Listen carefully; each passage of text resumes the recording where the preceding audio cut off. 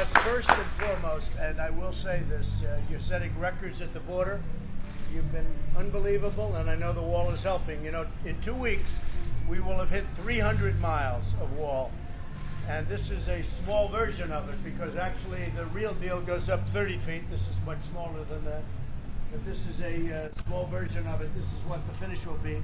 Those are anti-climb plates at top.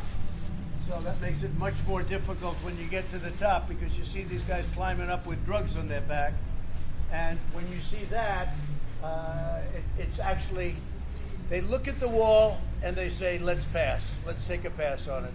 So it's been a really incredible success. So within 2 weeks, we'll be in 300, General, I think in 300 miles. So we're actually going faster than that. We'd like to think we can get to 300 by the end of this week. That's fantastic. Wow. Yes, sir. And we're doing about how many a week? About 10 miles a week. Over 10 miles a week, over 2 miles a day. That's fantastic.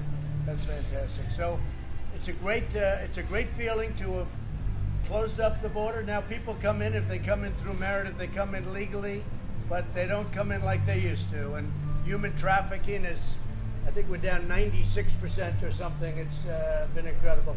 Mark, why don't you say a few words, please? Yes, sir. So thank you. So first of all, look, what you see behind me has saved American lives.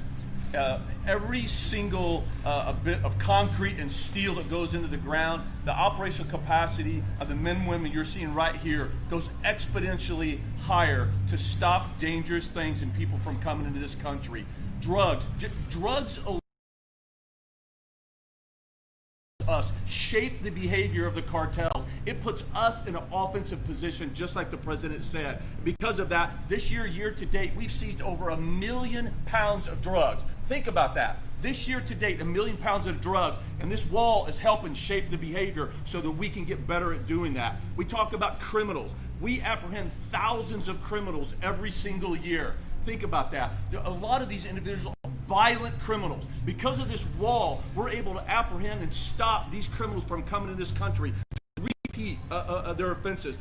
We have fewer victims of United States citizens because of the wall, because of what this president has provided us. Let's talk about gangs.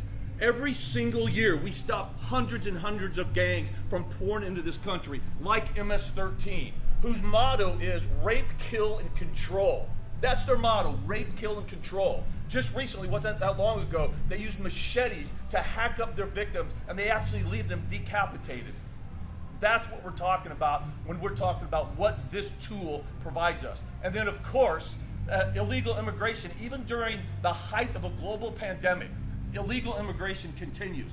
And they allow themselves to be put in stash houses that are unsanitary, unsafe. They're put in tractor trailers for days. I mean, it's COVID, it's like a COVID petri dish. But yet they're coming across. But because of the tools that we have, like this wall, we're able to stop the illegal entry of individuals that have COVID to protect our citizens of this country. And Mr. President, I can say I've been in law enforcement for over 30 years, my entire adult life, and I want to personally thank you. You absolutely understand the threats that we face along our borders. You understand that border security is national security. And what today represents is a tremendous achievement that shows our commitment and the president's commitment to do what he said he was going to do from the beginning. And that's everything that we can to give these men and women the tools that they need to safeguard the health, safety, and security of the American people. So on behalf of the Customs and Border Protection, Mr. President, I want to say thank you for your continued commitment. Not a bad job. That was not a bad job, Mark. I think so. Well, you've been my friend, and you've been with us from very early on, and we appreciate it. We've made a lot of progress. You know, you don't hear about the wall anymore because we won. When you win, if you're us, you never hear about it again. And we have page after page of achievement that you never hear of anymore. And people say, oh, let's not talk about Space Force, let's not talk about all of the things we've done. But the wall is something that probably was the most visible of all, and it's working so incredibly. 280 miles, a little more than that. And again, that'll be a great, whether it's next week or the week after, knowing the General will do it next week, but we'll be at that 300-mile mark. And the difference is like day and night. Number one, you can use a lot less people, so you can be doing other things, which is great, because once you have the wall, nobody gets through it. Additionally, the wall is equipped with various things. It's set up for cameras and all sorts of elements. You control a lot of things even from the air, so within the wall. Interestingly, if you look, this is steel, the exterior, but inside the steel is hardened concrete, very, very strong, heavy strength concrete. And inside the concrete is rebar. So you have steel, you have concrete, you have rebar, you have all different materials. So it's very, very hard to get through, very, very hard. And it made it actually much stronger than it would be even if it was steel. So inside concrete, inside that, what's called grade A hardened rebar, which is very hard to saw. You can't do it very easily. But I think it's going to be fantastic. And again, the big thing is that plate. That's a big deal. We had people they couldn't get over that. That was the thing that stopped them. They could get up to the plate, but once they got there was nothing to grab. So it's called anti-climb. It's been great. General, would you like to say something? I would, sir. And I think the amazing thing about this is it's part of a great team here. We enjoy working for DHS. Commissioner Morgan and his people and the agents standing next to here, heroes. They're the ones we work with every single day. And the Corps of Engineers, again, we stay in concrete and steel, but our employees out in the Army Corps of Engineers are very, very dedicated to be able to make sure we can get this done. We talked about the 300-mile mark, but what you might not know is that this administration has basically funded us for 733 miles. 300 are going in, or already in right now, basically. There's another 300 that are being built right now in all our other places across these 4 states. 49 different projects are all going in the ground, and then the last 133 are in design and acquisition. We're writing the contracts, we're designing it, but that's 733 miles that are paid for to be able to continue to execute. What I would say, Mr. President, is that we want to continue to go out of our way to try to make sure we're taking care of the environment and mitigate any damages out there. We're also worried about the Native American tribes. We're worried about landowners. We want to do this the best way we can to achieve this objective. And we're just very, very proud and honored to be a part of this overall great team. Great job. Fantastic. As you know, we have some natural walls, so to speak. We have mountain areas. We have very, very rough areas that are virtually impossible to get by. We have the river itself. We have a river that's a rough river, a dangerous river, and you don't need walls at certain locations, but we have covered it, and this is something that's very special, very important. And I looked at the platform. I didn't see it, but I know they used to talk about it, that they would take down the wall if they got in. They would take it down. And one of the incredible things in terms, Mark, of timing is that because of the coronavirus, or whatever you want to call it, the China plague, call it whatever you want. China plague is more accurate. But because of what happened with this, Mexico is heavily infected, and it's stopping people from coming across. We put up 18 miles in San Diego as an example, right opposite Tijuana. And Tijuana is probably the worst place in South America in terms of the China virus. I think it is the worst place. And San Diego is not suffering at all because of it. And so it's an incredible thing that happened. So California is actually very happy that we built the wall. They don't say it publicly because they can't. It's not good politically for them, although I actually think it probably is good politically for them. So it's been an incredible success. Chad, you want to say a couple of words? Absolutely. Let me again thank you for your leadership, Mr. President, on providing the resources to build over 450 miles of the new border wall system by the end of this calendar year. Never did we ever dream of that at the beginning of this administration, so thank you for that. Let me also say a lot of the procedures that we are putting in place today are having a real impact on applying a consequence to those that are entering the country illegally, those that are coming into the country without any legal right to be here. We put enough procedures in place that we are returning 90% of those individuals within 120 minutes today. It's a big accomplishment. And then let me just end by thanking you for your support for the men and women of law enforcement. DHS is the largest law enforcement agency in the country. We have over 60,000 law enforcement officers. And the dangerous push and policies that we see today, talking about defunding law enforcement and defunding police, are irresponsible. So I want to thank you for your support for the men and women of law enforcement, men and women that are standing to your left. Thank you for that as well. And we'll continue to do the mission of the department today, despite the types of criticisms that we receive. Well, a lot of people, even the media, frankly, they see what's happening, they see the numbers, and there hasn't been very much criticism, amazingly. Would anybody have anything to say to we call it the fake news media, but we don't want to say that. Do you have anything to say, any statements to make or questions to ask of them?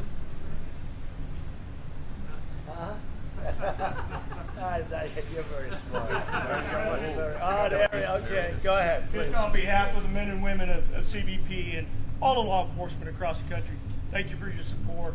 Been doing this job for 29 years, and I can tell you that it makes a world of difference knowing that we have the top cover from our Commissioner Secretary and certainly from the administration. And I want to tell you that the infrastructure that we're putting into place, whether it's a technology, whether it's the wall system, or the men and women that we're adding to our workforce each and every day, it's certainly going to help improve the security in our country. And so on behalf of all of us that each day put on our uniform, leave our families, hoping to make a difference, we appreciate your support. Thank you.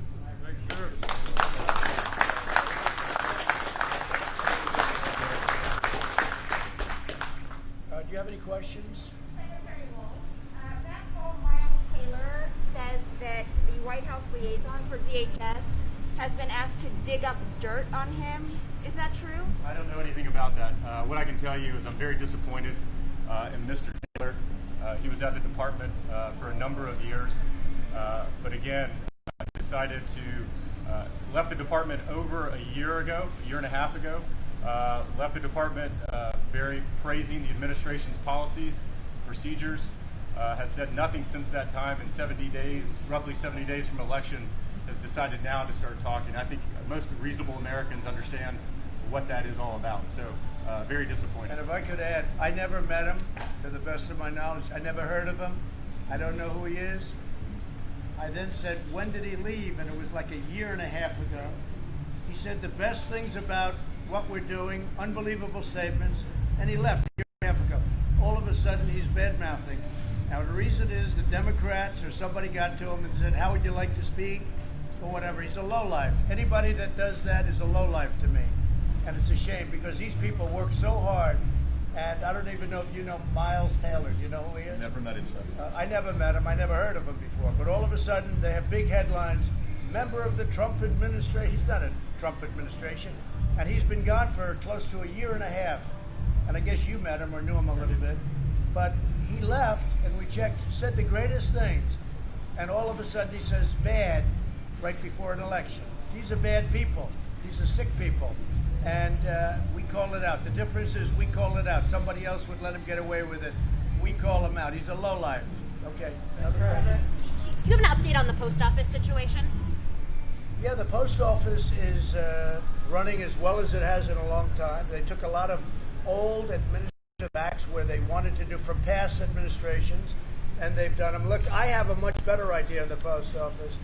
You raise the price per package by a number that it should be, so that instead of Amazon and these other companies making a fortune, including the fact that they pay virtually no tax, which is ridiculous and very unfair to regular stores, Amazon will pay for the cost of the post office. So now instead of losing tens of billions of dollars a year like it has been for 30, 40 years, Amazon should pay for it.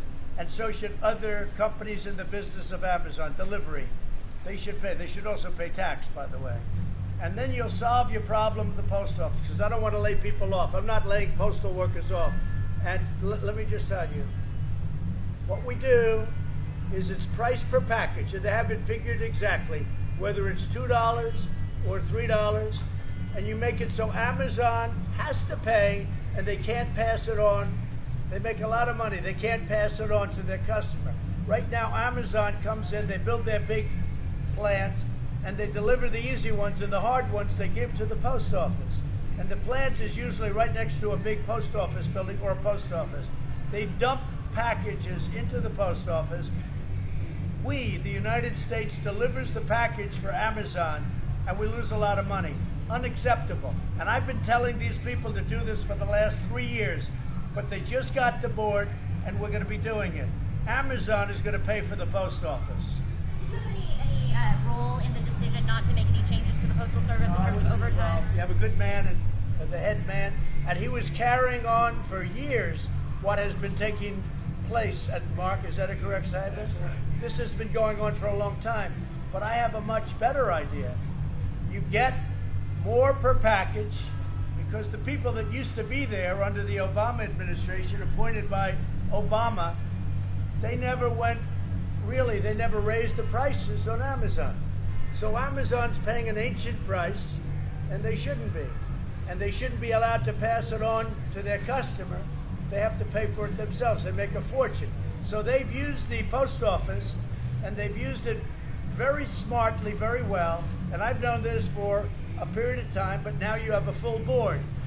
And we should raise the price of packages Amazon has to pay, and we shouldn't get rid of any of our postal workers. I don't want to get rid of our postal workers. If you look at past administrations, they wanted to cut the post office way down. I don't want to do that. And by the way, Amazon could never replicate the post office. The post office is bigger than Amazon by a lot. Hard to believe how big it is. But it also loses billions and billions, lost $78 billion over a short period, like a 12-year period of time, something like that. $78 billion. Now we'll fix it very easily. It can be done in one day. We charge Amazon for use because it's part of their model. They think the post office is stupid. They think the people in government are stupid. So he builds plants, he builds his receptor plant, or whatever he may call it, or they may call it, and he takes a lot of that stuff and he drops it into the post office. Then the post office loses $2.50 every time they deliver a package. They shouldn't do that. So my idea is very simple. Amazon has to pay. They can't pass it on to their customer because they shouldn't. They make so much money. They've made money by using the U.S. Post Office, and nobody did anything about it. I did, because we started this project 2 years ago, and they're in a position to do it. So that's what they should be doing. This way you keep everything. Your post office could almost probably make money, probably ends up making money. First time in 45 years that it would actually make money. And I don't want to fire anybody in the Postal Service, all right? I think that's pretty clear. Yeah. Do you agree with the Senate's conclusion that Vladimir Putin directed the hack of Democrats' emails? I don't know anything about it. I didn't read it. I did see Senator Rubio saying Donald Trump had absolutely nothing to do with it. He was on before. He said Donald Trump had absolutely nothing to do with Russia. It's all a hoax. It's a big hoax. What was in a report done by some politicians on the other side, like Warner? What was in the report? That I don't know, but I know one thing that was in the report, that Donald Trump had absolutely nothing to do with it or with Russia. Is that right? Did you read that? Go ahead. Did you read it? Come on, you can say. Thank you very much. Thank you very much. Yeah, go ahead. The report also said that there was no evidence that Ukraine interfered in the 2016 election. Do you still believe? So I thought it was Russia. You mean now it's, so who are you with? Who are you with? Huh? They did not find any evidence that Ukraine interfered in 2016. Do you believe that You're telling me that Ukraine did interfere now? No, I'm not. I'm saying that the Senate Intelligence Committee, led by Republicans, did not find any evidence that Ukraine interfered in 2016. You repeatedly have said that they did. Do you still believe they did? I don't know anything about it. I don't know about Ukraine. I don't know about Russia. All I know is that I had nothing to do with either one of them, and that came out loud and clear in the report. Loud and clear. And I want to thank Senator Rubio. He made it very, very powerfully. He made a very powerful statement today. He said Donald Trump had absolutely nothing to do with Russia. And that's true. Okay, what else? U.S.-China talks were postponed. U.S.-China talks were postponed. You were supposed to have a review of this. I postponed them. I postponed talks with China. You know why? I don't want to deal with them now. I don't want to deal with them now. With what they did to this country and to the world, I don't want to talk to China right now. Okay? Look, what China did to the world was even thinkable. They could have stopped it. They stopped it from going into China, and they should have stopped it.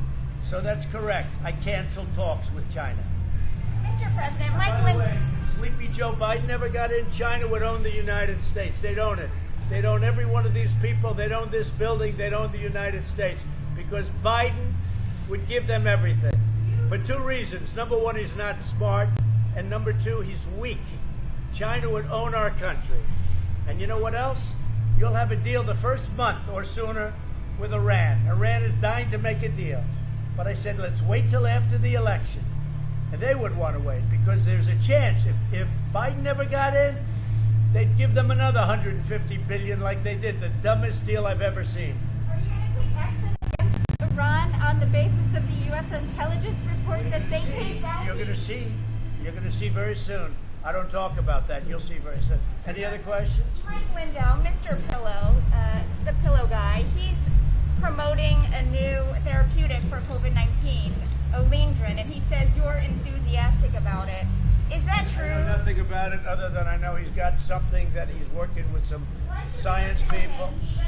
I don't know. All I know is this. We're very close to a vaccine. We have the best companies in the world doing it. We're very close to therapeutic. We're going to solve it therapeutically in addition, which frankly to me is better because it's quicker for now. The vaccine is great therapeutics, and we're very close to coming up with the answers. We've already, I think, have answers, to know the truth. Then we have to deliver it. We're going to do it through the military, through one of your friends who's a general, for logistics. But I don't know anything about it. I haven't heard that. What is he doing? He's promoting some kind of a... Yeah, Olindrin. He's out there talking about it. I don't know. I don't know the name, but I know Mike is a good man. He's a good man. He makes a good pillow. On Russia, do you accept that your 2016 campaign staff were a security risk given their high level of contact with Russia? You're going to have to say it louder. Do you accept that your 2016 campaign staff constituted a security risk because of their repeated contacts with Russian officials? I don't even know who you're talking about. I know that Ukraine sent a phony document saying it was a Manafort document, and it was a forged document, the Black Book. They call it a Black Book. And it turned out, I believe, to be forged. But I wouldn't know what you're talking about. I can only tell you this. They said Donald Trump knew nothing about anything, and that came out loud and clear. You could find a couple of sentences inside that say something, I don't know. But I can say this, that Black Book that had to do with somebody that worked for me for a very short period of time. I think he's a good man. You want to know the truth? But I don't know. But I will say that the book, I think they said, was forged. It was a phony book. Just like everything else was phony with that whole deal. Look, we caught the Obama administration spying on our campaign. They spied on our campaign. That's treason. That's treason. If this were the other way around and it was Democrats instead of Republicans, there'd be many people would be in jail already. It's a disgrace that it's taking this long. We caught them spying on our campaign. Let's see what happens. We just last week, I guess they announced last week, that a very high-level person from the FBI was forging documents in order to make me look bad. All right? It's all about making me look bad. So he was a high-level man. He was forging documents. Let's see what happens to him. But the bottom line is we caught President Obama and Sleepy Joe spying on our campaign. That's treason. That's illegal. These people should take them and do something with them, I'll tell you. It's a disgrace. It's really a disgrace. And they knew it. And not only spying, they were working on our campaign before I won and after I won. Hence the insurance policy from Strzok and his lover, Page. Two lovers. They got caught because they were lovers. And she said, and he said, she's going to win, but just in case she loses, we have an insurance policy. Well, we went through the insurance policy. The problem is, and we caught them cold. And let's see what happens. And Obama knew about it, and I'm sure Michelle knew about it, and Biden knew about it. All right? Are you going to pardon Manafort then? I think he was treated unbelievably because the book, they say, was a phony book. So we'll see what happens with him. We'll see. I'm very happy to have given a full and complete pardon to Susan B. Anthony. That was a great thing. I was very popular, too. I was a very good one. And I actually asked the other day, I said, they were talking about Susan B. Anthony. And, you know, she did that for other people, and she didn't want herself included. She wasn't included in the pardon from many years ago. And I said, well, so she has a record? And they said, yeah, she has a record. I said, why can't we partner? They said, that's the coolest idea I've ever heard.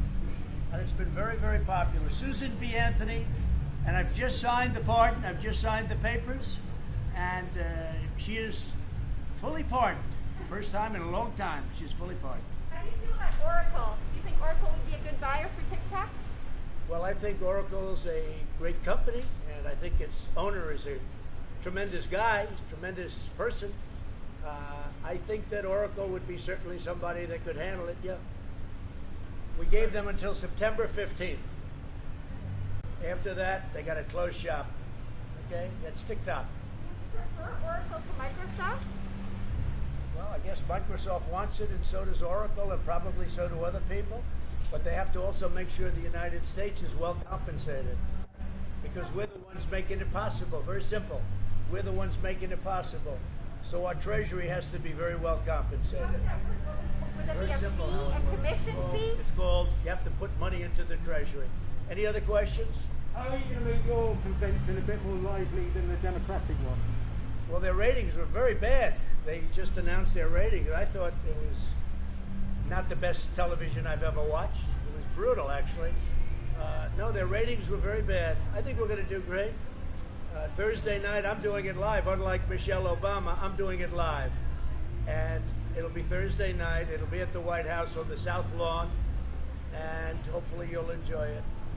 Okay? Live, by the way, is always much more exciting than a tape, especially when she made the tape long before the event. She didn't even have the accurate facts, and then they say, what a wonderful job. What was wonderful about it? It was a divisive speech, devoid of facts, and it wasn't current. It was old. It was done probably 2-3 weeks ago. So, you know, but the media will always say good. President Trump, since we're here talking about the wall and the approaching, do you have anything to say about your 2016 campaign promise that Mexico would pay for it? Yeah, they are paying for it. Yeah. They're going to pay at the border, at the gate, cars going through. We're going to do a toll, or we may do a toll for money being sent back and forth. They will pay for it. Yeah, they are paying for it. It's 100%. Right now, they are No, it doesn't matter whether they pay now or over the next 12 months. No, Mexico will be paying. We have a very good relationship with Mexico. And we built the wall under budget, ahead of schedule. Once we started, these guys, Army Corps of Engineers, did a great job. And Mexico is paying for the wall, yeah. Either through the toll, and it's a very small charge because we do such big business. You know, it's the largest entry to a country in terms of business anywhere in the world by far. A lot of people know our border between Mexico and other countries, but our border is the largest point of entry anywhere in the world. So they are paying for it, yep. One of the officials here, one of the experts, talk a little bit about what that fee is, how much it is, and how much you plan to actually earn. What we're doing now is we have to charge. What the charge would be won't be very substantial because we have millions and millions of cars and trucks going through the border.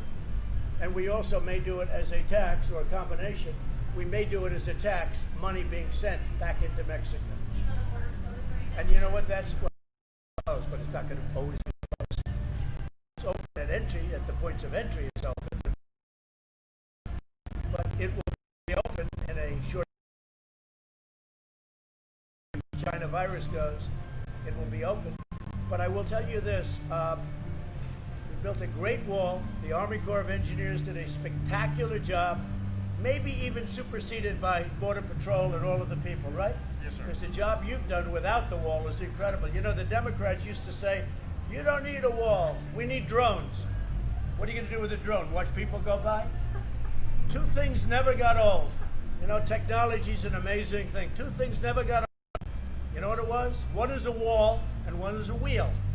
And you can come back in 1,000 years from now and you can have walls and wheels. Other things, they're all obsolete. But we can run drones right from the wall. We have technology that we flip onto the wall. We can run our drones. We can run all sorts of cameras. It's all wired up. We have everything you can possibly have. It's an amazing and very complex setup. Yeah. Speaker Pelosi said today that she wanted to meet halfway on a stimulus bill. When are you guys? I don't know what she says. She doesn't know what she says. She reminds me of Joe Biden. She doesn't know what she says. Okay. Thank you very much. Now I've got to make a speech. I'm sure you'll enjoy a speech in 120-degree weather, but I got to do it, and I will do it. They'll protect me while I'm making that speech. I know that, right? Thank you very much. Thank you.